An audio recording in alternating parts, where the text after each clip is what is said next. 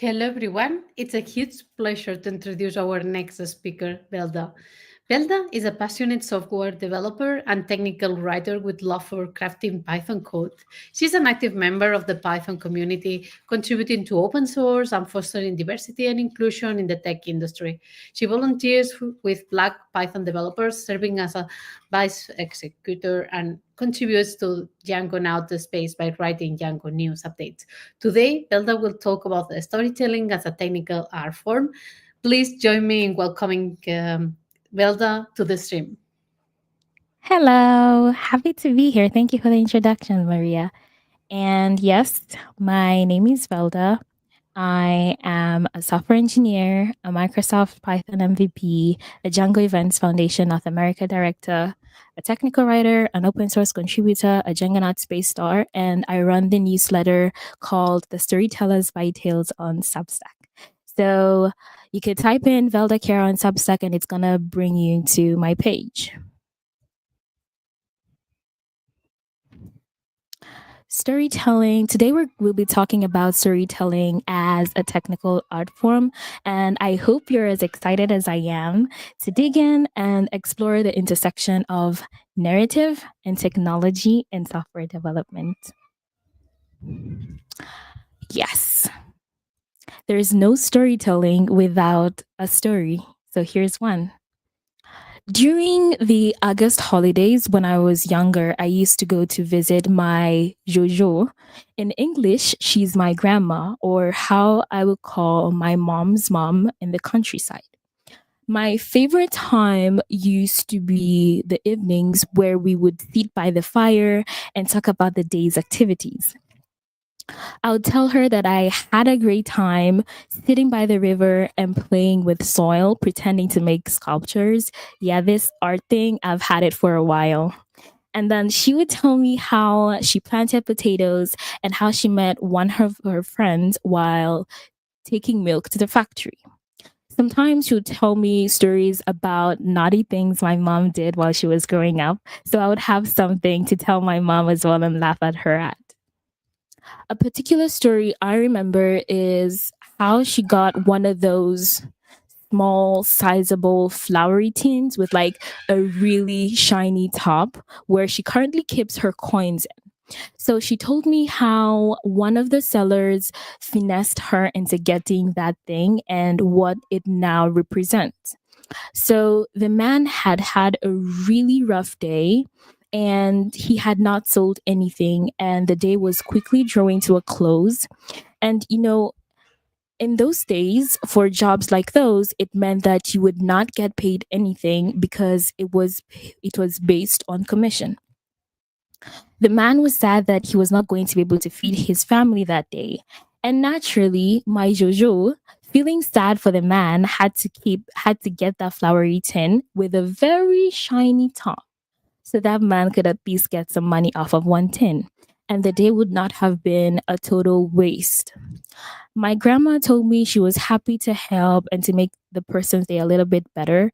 And, to me, before this story, that tin was just an odd thing in her house. Like, I didn't know what it represented, but to her, it reminded her of a time where she gave someone else hope and made the other person's day a little bit better. She even now calls the tin hope. So whenever I visit or whenever I'm having a rough day or it's difficult, she would always give me like coins from the hope jar to get cake because I mean I'm a sweet tooth and cake makes things better, especially if you top it up with some ice cream too. Stories have been a part of our culture as human beings since the beginning of time. Stories have been used to connect with others, to share experiences, to pass down knowledge, and especially as a reflection of the current state of the society. In my native tongue, we call these stories Ngonosia Karaja. Don't worry, that's my native tongue. You don't have to get it. And in Swahili, we call this Isimujami. In English, it's commonly known as fables and folktales. How can we implement storytelling in software development? So, we can use user stories, which is a key agile development concept, which tends to follow a format of the user wants this so that this can happen. How to use storytelling for user stories for a company, let's say, who builds tools for users would be something like, lately, Sarah has spent late nights in the office away from her loved ones because of the amount of data they have been chunking every day, which needs to be sorted manually and analyzed. You see, the spreadsheet she stares at every night represents her team. It's not just numbers, it's people's hard work and their potential too. And since this is company's data, she has not been able to find the right tool that suits their needs. So Sarah needs a project management tool that can help visualize data, analyze and perform prediction analysis to monitor what can be made better or less of to ensure the team meets all the deadlines. And for her to leave after work at decent hours and spend time with her pet or her loved ones. So the point of this is that Sarah, the user, wants a product management tool with data analytics and visualization so that she can do her task efficiently and effectively. And the story I just shared about Sarah is that it emphasizes human experiences, it shows emotional and professional stakes, and it also connects the technical solution to personal fulfillment. And most of all, it explains why the tool is needed and how it should be built based on what the actual user needs in their daily use. Other ways to use stories would be in technical documentation, where you communicate complex details in an understandable way. For example, technical documentations that talks about use cases of the Rick and Morty API would include something along the lines of, Jane is a software developer who has watched and repeated every season and every episode of Rick and Morty. At this point, she has most of the script in her head down by the episode. And as much as she enjoys this feel good moment, the show hasn't really released any episode in a while, but she wants to do something new this weekend.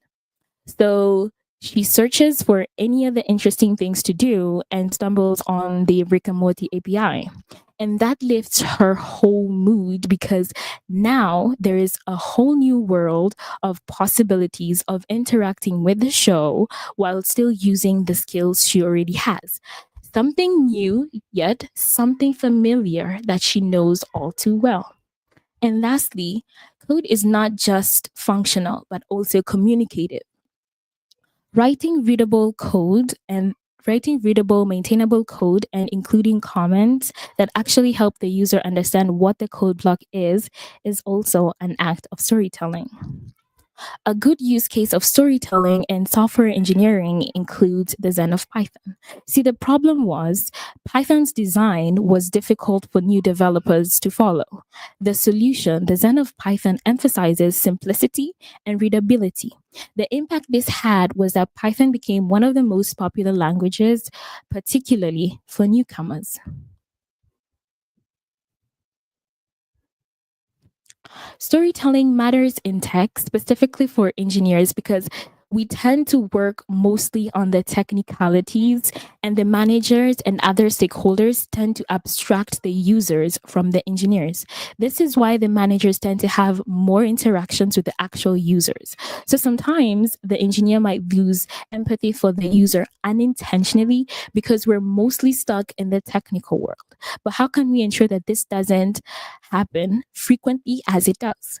We can do this, or we can solve this by painting a picture of the actual user to build empathy. The other thing is that it enhances communication between the different teams, that is, whether they're developers, designers, other stakeholders. And it also helps to simplify complex ideas. And to top it all off, it inspires action and motivation as well. Nike, the shoe company, has a record of good storytelling when it comes to promoting their shoes.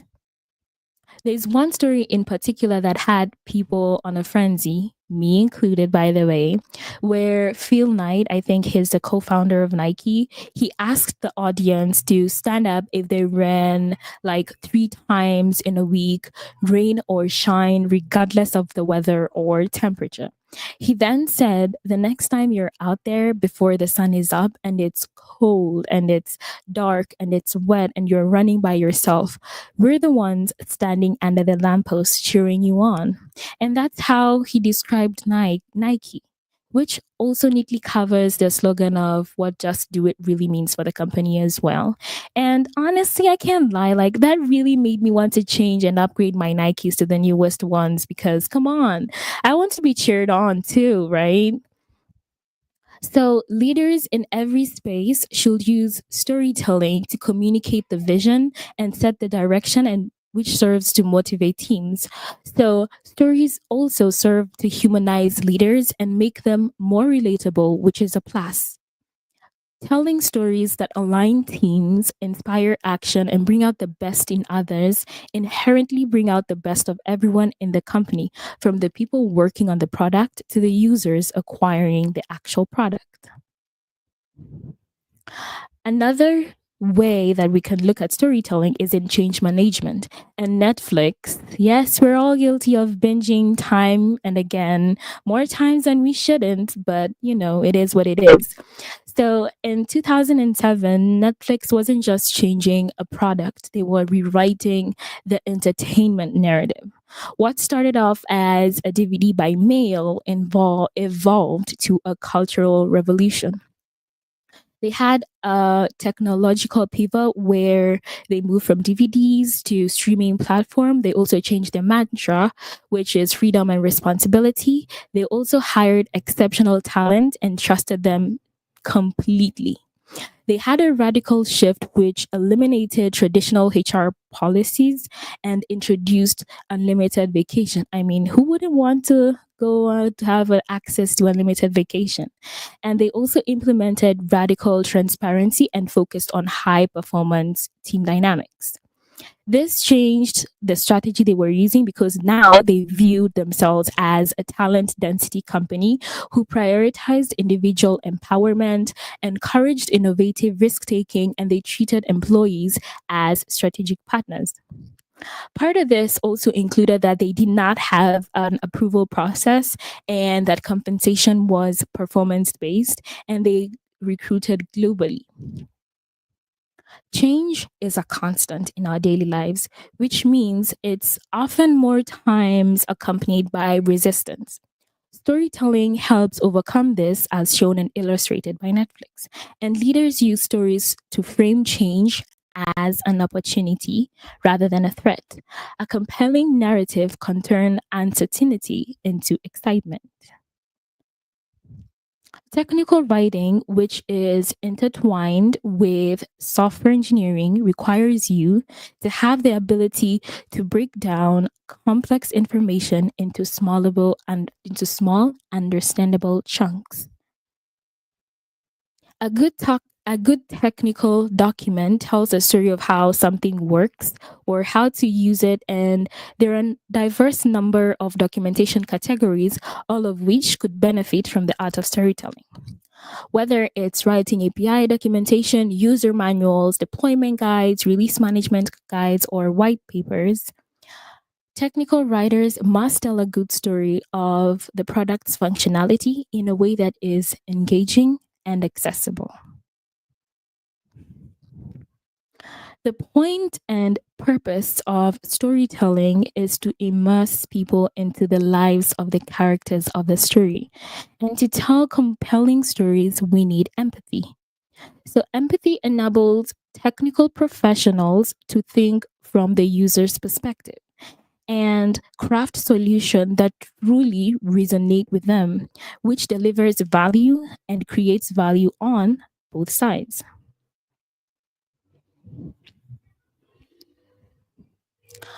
There are different technical storytelling frameworks, and the first one is the 5 W's: the who, what, where, when, and why. So, based on the story about Sarah and her having to work late, we can use the 5 W's analysis for her scenario. Who is basically everyone who's involved in the problem. So, Sarah, who's a dedicated project manager, and her team includes hardworking professionals who generate significant data. Her loved ones could be family, pets, or just her house because she loves to chill alone.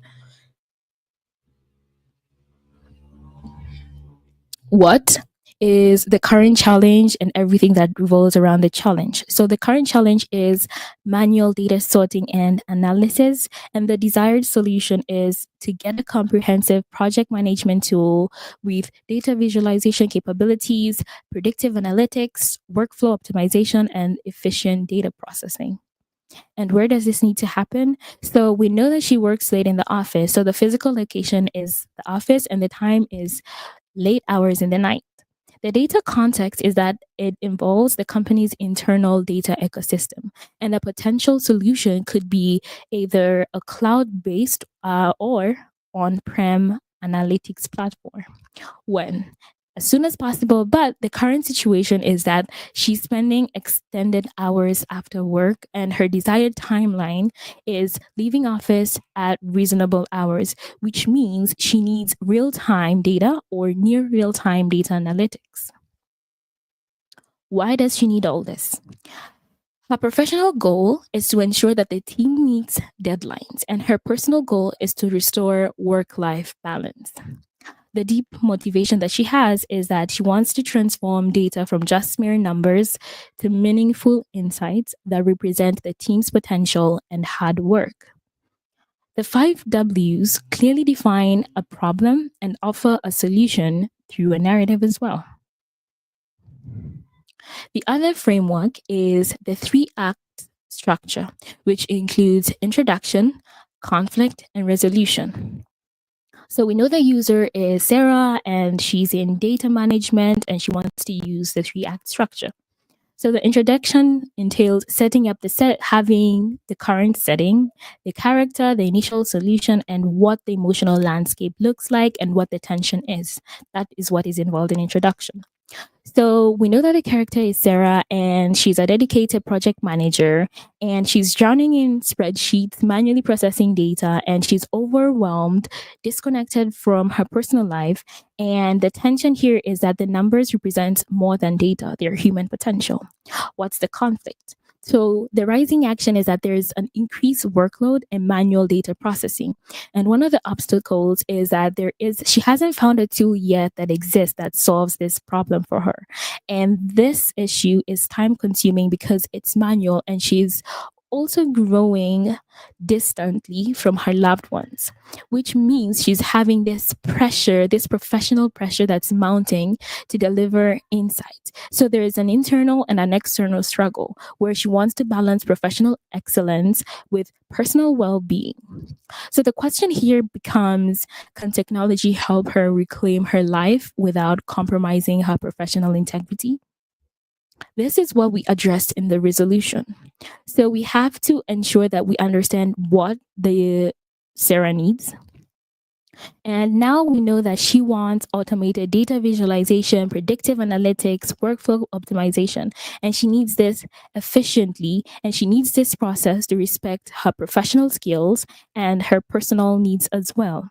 And the resolution here is that she wants to leave the office at reasonable hours to spend quality time and to still maintain high performance professional standard. The message here is that true productivity isn't just about how many hours you worked, but the value that you created. The science behind storytelling also includes like stories activate multiple areas of the brain, which enhance understanding and retention. Emotional narratives create stronger connections and influence behavior, and people tend to remember stories more than they do facts or figures. Neuroscience actually shows that storytelling can enhance learning by making information more memorable, and that emotional engagement is key. Stories that resonate on a personal level are more impactful. How can we build a culture of storytelling? So, first of all, we need to encourage different team members to share stories of successes, failures, and lessons learned. And then we also need to make storytelling a part of the organizational culture, that is, during presentations or retrospectives. We also need to empower employees to use storytelling in client communications and marketing as well. Promoting storytelling at all levels to improve promoting storytelling at all levels improves communication, morale, and innovation.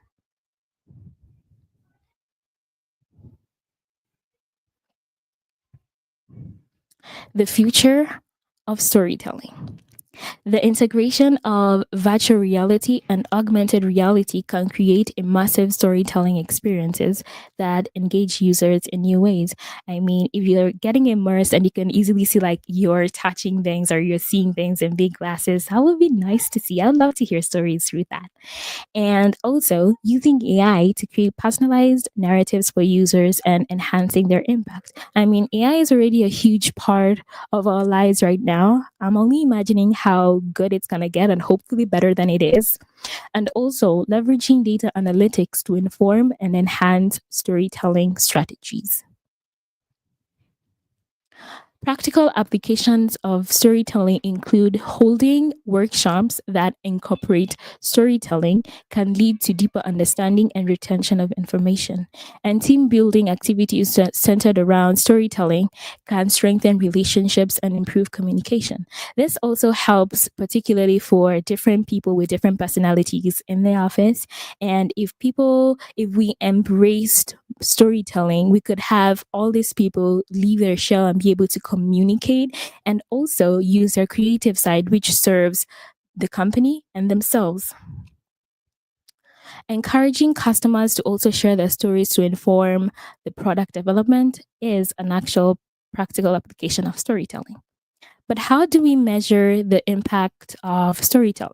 We could use key performance indicators, that is the KPIs, where we establish KPIs that help organizations understand the impact of storytelling on their engagement and outcomes. Let's say we have a marketing campaign and we want to use KPIs here. So we would definitely have the statistics or the analytics before we release the story. Let's say the first strategy we had was just releasing a tweet or something, and then we get 1,000 views and we only generated $10,000 worth of revenue. And then after we told the story in different platforms, and go to on analytics and see that, oh, we now have 50,000 views and we now generated 75,000 in revenue. That's a win-win. So being able to monitor all the analytics coming in and out based on the data released by the companies is a good way to measure the impact of storytelling. The other thing is that we need to gather audience feedback so that we can refine our storytelling approaches. This can be done through surveys or following comments or basically being where the users are interacting with your product. Another thing is documenting successful storytelling efforts to share the best practices that have worked every time so that you don't have to create something always from scratch. You could have a format like the frameworks that I just shared, and you could use that to refine stories every time you want to release something based on your product. How do you become a better technical storyteller? So, first of all, you need to focus on the audience's needs and you need to empathize with the user. Another thing is you need to practice clear and concise communication. And you could also use metaphors and analogies to explain complex concepts because everybody loves to hear stories that may not start with once upon a time, but they do help, or stories that actually relate to them as people and as professionals as well. And you also need to continuously seek feedback and always remember that feedback is a gift. And you do not become a storyteller just on the first try. You have to do it continuously, like everything else, like how you practice code every day, or how you write code or documentation, or even talk to people or do public speaking. Everything is a skill. So you need to develop it over time. And don't worry, the first story sucks. It is what it is. Like, you only improve and it's only going good from there. Humans are emotional beings who crave connection.